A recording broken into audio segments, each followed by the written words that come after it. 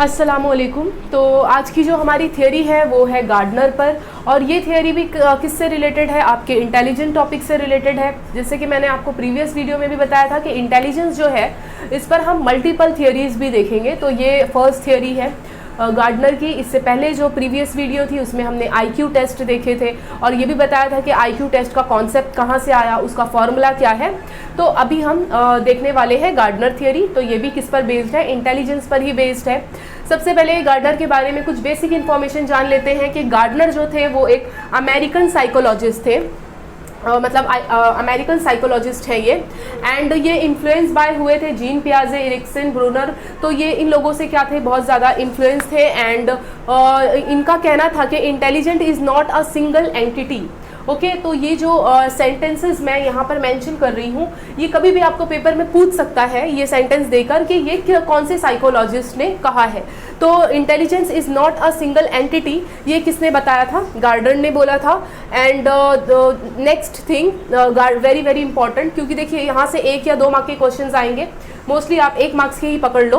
तो क्वेश्चन कहाँ से आएंगे, देखिए इन्होंने गार्डनर ने ये बताया था कि जो इंटेलिजेंस है, इंटेलिजेंस को इन्होंने 8 डिफरेंट ग्रुप में बता दिया कि इंटेलिजेंस फर्स्ट, इनके जो 8 डिफरेंट ग्रुप है, मतलब ये जो इन्होंने 8 डिफरेंट टाइप्स जो बताए इंटेलिजेंस के। पहला था विजुअल स्पेशियल, एंड दूसरा जो था वो था लिंग्विस्टिक वर्बल, तीसरा था इंटरपर्सनल, चौथा है इंट्रापर्सनल, फिफ्थ जो है वो है लॉजिकल मैथमेटिक्स।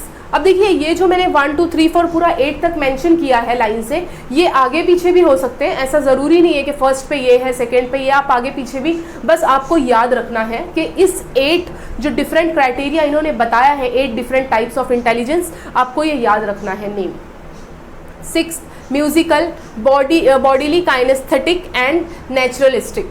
ठीक है, तो ये 8 क्राइटेरिया है।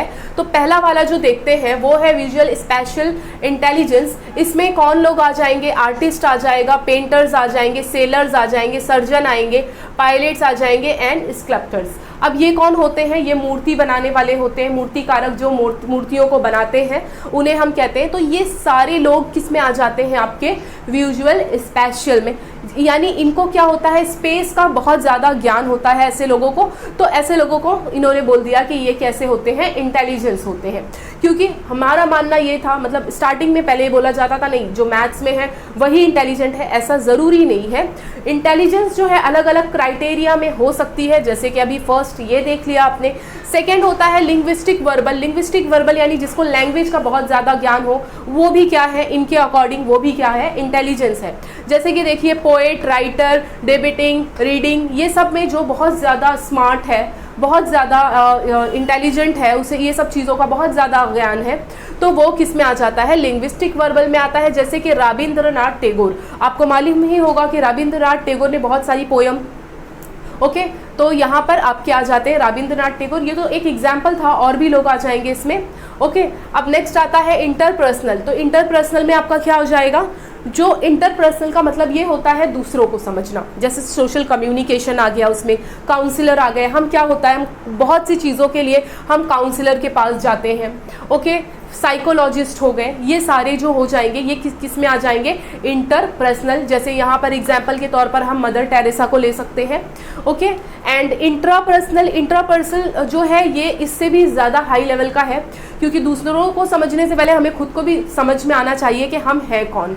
ओके, तो यहाँ पर फिलोसोफर आ जाएंगे, गुरु आ जाएंगे। जैसे कि एग्जाम्पल में आप समझ सकते हैं एरिस्टोटल। ओके, नेक्स्ट आता है लॉजिकल मैथमेटिक्स। अब देखिए लॉजिकल मैथमेटिक्स तो ये बहुत ही सिंपल है, क्योंकि इसमें अगर मैथमेटिक्स में किसी को बहुत ज़्यादा ज्ञान है उसी तो हम इंटेलिजेंस बोलते ही हैं।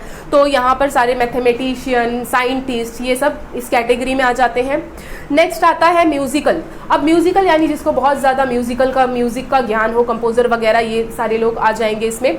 7th आता है बॉडीली काइनेस्थेटिक। तो इसमें आ जाएंगे आपके डांसर्स, एक्टर, एथलीट्स, स्पोर्ट्स, और यहाँ सर्जन भी आएंगे। देखिए सर्जन जो है आपका बॉडीली काइनेस्थेटिक में भी आ जाएगा, और किस में आ जाएगा, आपका यहाँ पर भी आपका आ जाएगा। ठीक है, विजुअल स्पेशियल में भी आएगा। बट याद रखें, अगर आपको दोनों ऑप्शन पेपर में दिखते हैं अलग अलग ऑप्शंस के साथ, तो आप किसके साथ जाएंगे, 7th ऑप्शन के साथ। ओके, तो नेक्स्ट आता है नेचुरलिस्टिक। नेचुरलिस्टिक में आ जाएगा जिसको नेचर में इंटरेस्ट हो, जिसको नेचर का बहुत ज़्यादा ज्ञान हो, जैसे कि जिसमें एग्रीकल्चर एंड फार्मर, टूरिस्ट, ये सारे लोग किस में आ जाते हैं, नेचुरलिस्टिक में आते हैं।